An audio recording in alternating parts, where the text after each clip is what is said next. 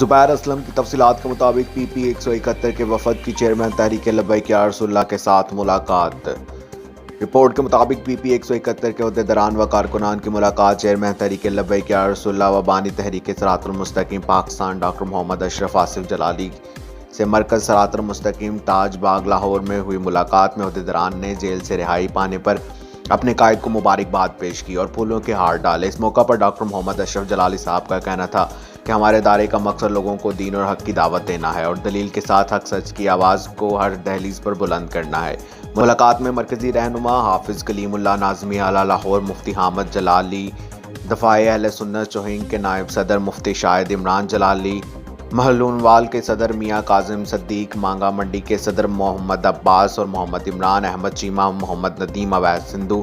امت رسول محمد اور دیگر کارکنان شامل تھے۔